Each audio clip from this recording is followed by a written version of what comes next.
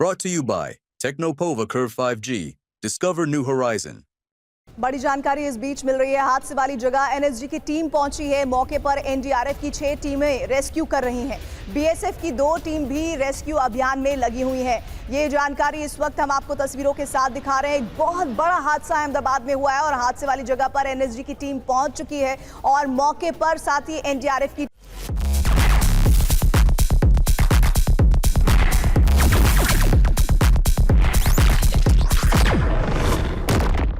Team है, जिनमें 6 टीमें काम कर रही हैं, रेस्क्यू का काम कर रही हैं। बीएसएफ की 2 टीमें भी रेस्क्यू अभियान में लगी हुई हैं।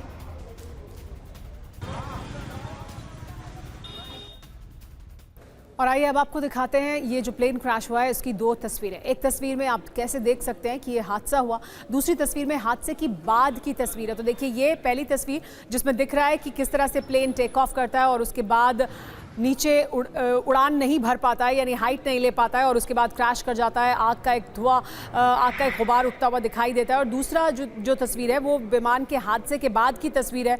ये बीजे मेडिकल कॉलेज में विमान के जो हिस्से हैं वो किस तरह से बिखरे हुए हैं, अलग अलग इमारतों में किस तरह से उसका विंग का एक हिस्सा अटका हुआ है, वो तस्वीर है। तो विमान हादसे से पहले की तस्वीर, विमान हादसा जिस वक्त हुआ उस वक्त की तस्वीर और उसके बाद की तस्वीर भी हम आपको दिखा रहे हैं।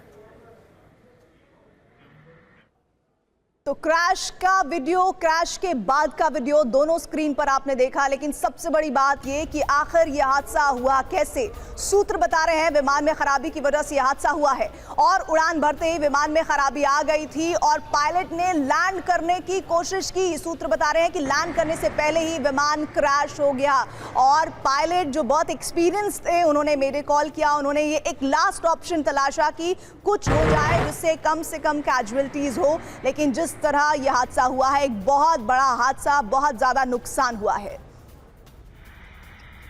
अहमदाबाद में प्लेन क्रैश के बाद बड़े बड़े धमाके हुए। हादसे वाली जगह से थोड़ी दूर रहने वाले एक शख्स ने प्लेन क्रैश की पूरी कहानी टीवी 9 को बताई। टीवी 9 संवाददाता रौनक वर्मा ने चश्मदीद से बात की।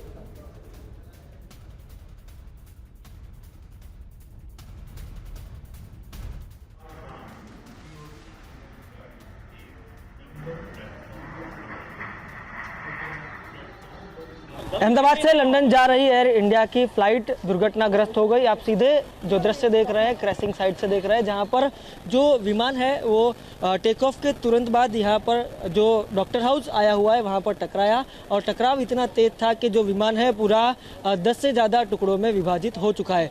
विमान में सवार सभी यात्री जिनकी स्थिति अभी जो सत्तावार तरीके से सामने नहीं आई है, लेकिन यहाँ पर जिस तरह से जो हालात देखने में आ रहे हैं, टकराव इतना तेज था कि जो इमारत है वो पूरी टूट चुकी है और साथ में कितने लोग हैं वो अपनी जान गंवा बैठे। कुछ लोग यहाँ पर मौजूद हैं जो टकराव के वक्त यहाँ पर मौजूद थे, उनसे जानने का प्रयास करेंगे।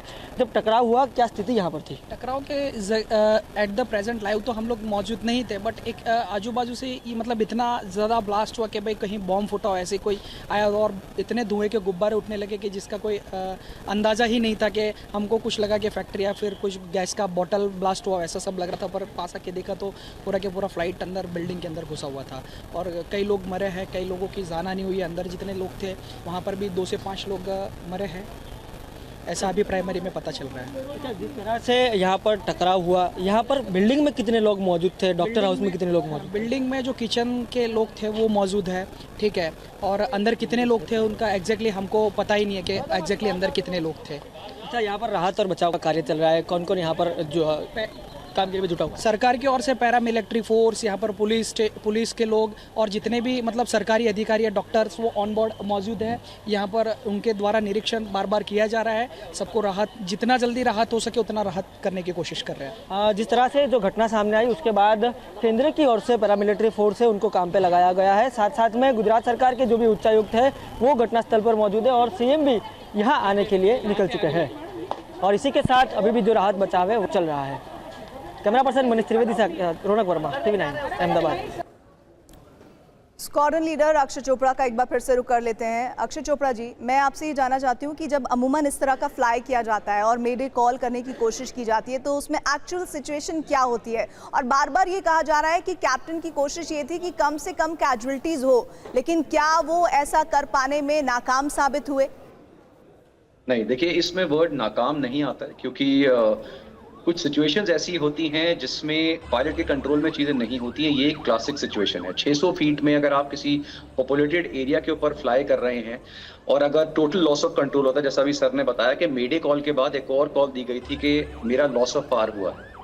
अगर ये कॉल है और आपने टेल एरिया भी देखा उसका इंटैक्ट है, जहाँ पे ब्लैक बॉक्स होता है, उसको अभी डीजीसी और सारी टीम रिकवर करेगी, वो लैब में जाएगा, उसमें कुछ हफ्ते लगते हैं आने में।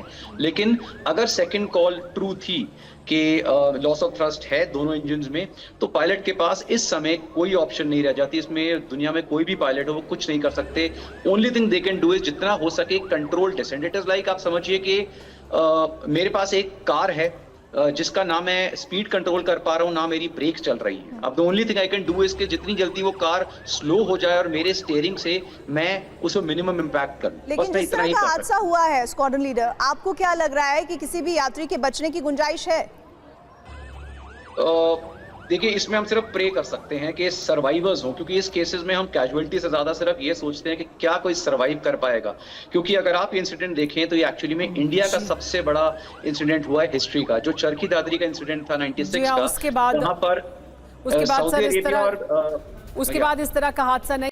Brought to you by Technopova Curve 5G. Discover new horizon.